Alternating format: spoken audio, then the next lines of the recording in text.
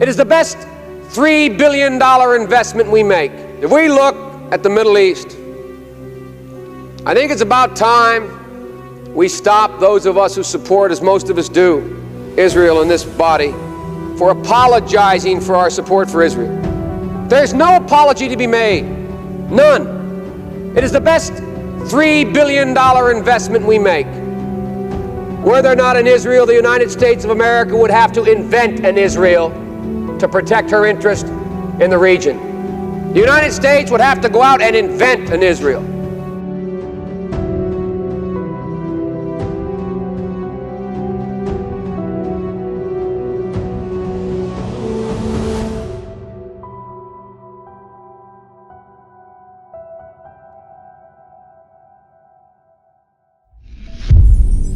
Bismillahirrahmanirrahim. Alhamdulillahi Rabbil Alameen.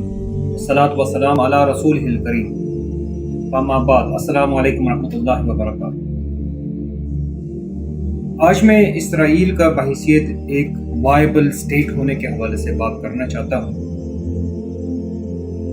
یہ وہ ریاست ہے یا وہ اگر اس کو ریاست کہنے کی اجازت ملے تو جس کو برطانیہ نے ایسے وقت میں قائم کیا تھا جس وقت برطانیہ اس جگہ کو اپنی امپائر کے لیے سب سے نازک اور سب سے امپورٹنٹ نوڈ تسلیم کرتا تھا.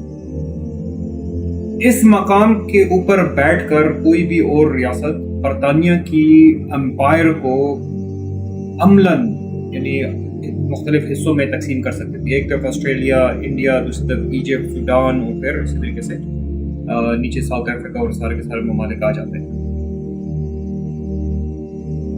برطانیہ کے بعد امریکہ سپر پاور بنا اور امریکہ نے بھی اس لوکیشن کی جہاں پر آج اسرائیل موجود ہے اس کے انتہائی جیو اسٹریٹجکلی امپورٹنٹ پوزیشن کو ریکگنائز کیا اور اس کو اسی طریقے سے اس کی مدد کرتے رہے. اس بات کا اندازہ کیجئے صرف امریکہ کی طرف سے، باقی تمام ممالک کو چھوڑ کر صرف امریکہ کی طرف سے 1948 سے لے کر 2018 تک 246 ارب ڈالر امداد کی شکل میں اسرائیل کو ملے. اس میں دونوں قسم کی جہاں پر فوجی امداد موجود ہے اسی طریقے سے سویلین امداد بھی موجود ہوتی ہے. اسرائیل کو اس وقت سالانہ تقریباً 3.5 ارب ڈالر اگر ملٹری ایڈ میں ملتے ہیں تو وہیں پر 3.8 بلین ڈالرز کی لون گارنٹیز موجود ہیں. بلکہ اس سے اوپر یہ ہوتا ہے اسرائیل جو بانڈز ایشو کرتا ہے وہ بانڈز بھی امریکی حکومت کی طرف سے بیک ہوتے ہیں، ان کی گارنٹی موجود ہوتی ہے. اچھا، پھر اس سے پر ایک اور انٹرسٹنگ چیز ہے کہ کیا اسرائیل کی آبادی یعنی آبادی کے لحاظ سے وہ یہ قدرت رکھتا ہے کہ وہ جنگ کر سکے، ایک مطلق جنگ کر سکے، ایک ٹوٹل وار کر سکے. اسرائیل کی آبادی ریکارڈڈ آبادی 8.8 ملین ہے، 88 لاکھ. اس آبادی کا 25% حصہ تقریباً فلسطینی عرب ہے. اگر وہ نکال دیں باقی پیچھے رہ گئے 66 لاکھ.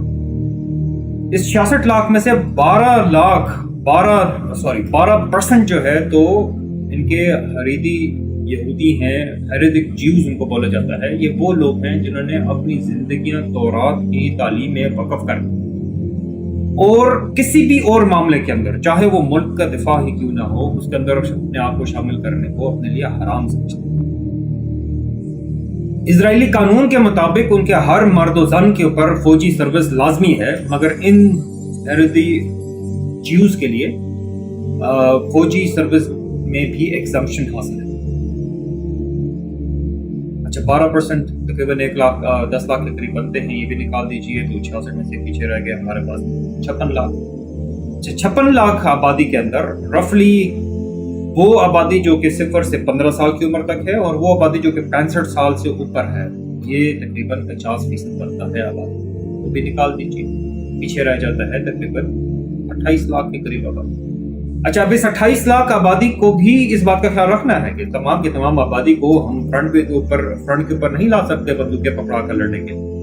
آپ کو جو اسینشیل سروسز ہیں، پیٹرول پمپ ہیں، ہسپتال ہیں، نرس ہیں، ڈاکٹر ہیں، آپ کے اس طریقے سے گڈ اسٹیشنز ہیں، بجلی کے کارخانے ہیں، آپ کے کریانے کے سٹورز ہیں، ادویات کی دکانیں ہیں، فارمیسیز ہیں، لیبارٹریز ہیں، کارخانے ہیں، زندگی کا پہیہ چلتے رہنے کے لیے ضروری کچھ سروسز ہوں گی، ان کو بھی جو ہے تو کرنا ہوگا. اس کا اندازہ آپ یوں کر سکتے ہیں کہ دوسری جنگ عظیم کے اندر جس وقت امریکہ کی آبادی کم و بیش تقریباً 13 کروڑ کے قریب تھی، 136 ملین کے قریب تھی، اور اس وقت امریکہ ٹوٹل موبلائزیشن جو کر سکا تھا نازی جرمنی کے خلاف وہ 16 ملین کی، اور اس 16 ملین جوانوں کو جنگ میں جھونک دینے کے بعد امریکہ کے لیے لازمی ہو گیا تھا کہ وہ اپنی فیکٹریوں کو خواتین کے ذریعے سے چلائے.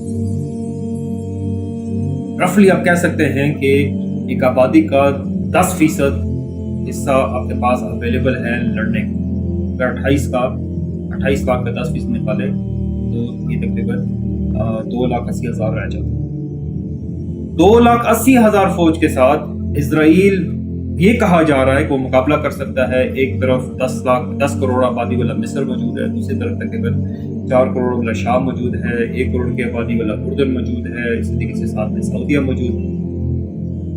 اسرائیل کی حقیقت تو یہ ہے کہ 2005 میں جب حزب اللہ، جو کہ صرف اور صرف ایک والنٹیئر ملیشیا تھی جس کے اندر رضاکار بعض کا تو اپنے ہتھیار خود لے کر آئے ہیں، اسمال ویپنز کے ساتھ، کلاشنکوف ہے، کہیں پسٹل ہے، کہیں رائفل ہے، اس کے ساتھ وہ لڑنے کے لیے آئے تھے. 36 دن جنگ چلتی رہی. ٹوٹل رضاکاروں کی تعداد حزب اللہ کی 1400-1600 کے قریب تھی. ان 36 دنوں کے اندر اسرائیلی فوج کی سچویشن یہ تھی کہ زخمی ہونے والے جوان کو یونٹ کے اندر ریپلیس نہیں کیا جا سک رہا.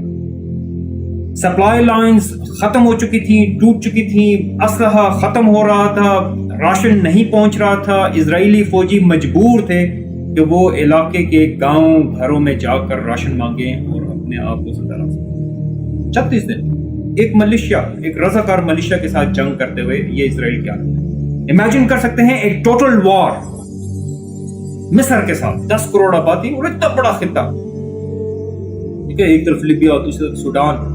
اس کے ساتھ اسرائیل اگر جنگ کرنا چاہے تو کیا وہ جنگ کر سکتا ہے؟ اسرائیل کا پانی، صاف پانی کا صرف ایک سورس ہے، گلیلی، سی آف گلیلی، اور وہ بھی مشترک ہے 3 ممالک کے بیچ میں، شام، اردن اور اسرائیل کے بیچ میں. اسرائیل اپنی انرجی ریکوائرمنٹس کے لیے اسی خطے میں سے اگر اس کو انرجی ملتی ہے تو ٹھیک ہے، ورنہ اس کو بہت دور دور سے جو ہے تو حاصل کرنے پڑیں گے. اسرائیل کے اپنے جو ہے تو کوئی ذخائر نہیں. زراعت کے لیے وہ دوسروں کے اوپر ڈیپینڈنٹ ہے.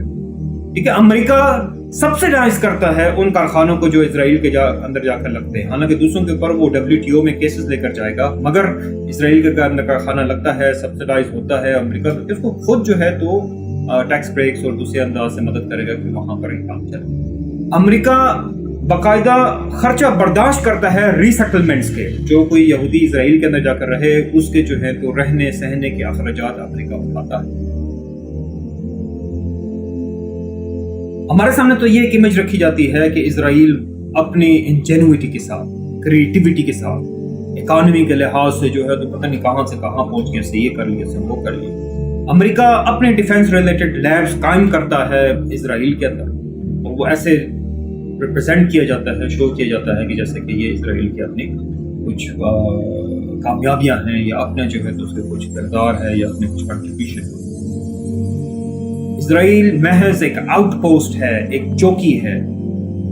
جو کوئی بھی استعماری طاقت، پہلے برطانیہ تھی، برطانیہ کے بعد ابھی امریکہ آیا ہے، یہ صرف محض اس کی ایک آؤٹ پوسٹ ہے جس کا مقصد اس خطے کے مسلمانوں کو تقسیم رکھنا. اسرائیل کبھی ایک کے ساتھ یعنی مصر کے ساتھ صلح کی، شام کے ساتھ لڑائی کر دی، کبھی جو ہے تو وہ اردن کے ساتھ جو ہے تو صلح کی اور فلسطینیوں کے ساتھ لڑائی کر دی، اور کبھی فلسطینیوں کے ساتھ جو ہے تو صلح کی اور حزب اللہ کے ساتھ لڑائی کر دی، اور حزب اللہ کے ساتھ صلح کی ہے اور ادھر غزہ کے اوپر جو ہے تو حملہ کر دیا ہے. ویسٹ بینک والوں کے ساتھ صلح کی ہوئی ہے تو اس کے بعد اردن والوں کے ساتھ جھگڑا کرنا ہے. اگر غزہ والوں کے ساتھ صلح ہے تو ویسٹ بینک والوں کے اوپر بمباری کرنی ہے. کہیں نہ کہیں پر اسی طریقے سے ایک کے ساتھ دوستی، دوسرے کے ساتھ جھگڑا والے کیفیت لے کر وہ چلتے رہتے. اسرائیل کا اس خطے کے اندر وجود صرف اور صرف ہمارے غدار حکمرانوں کے مرہون منت،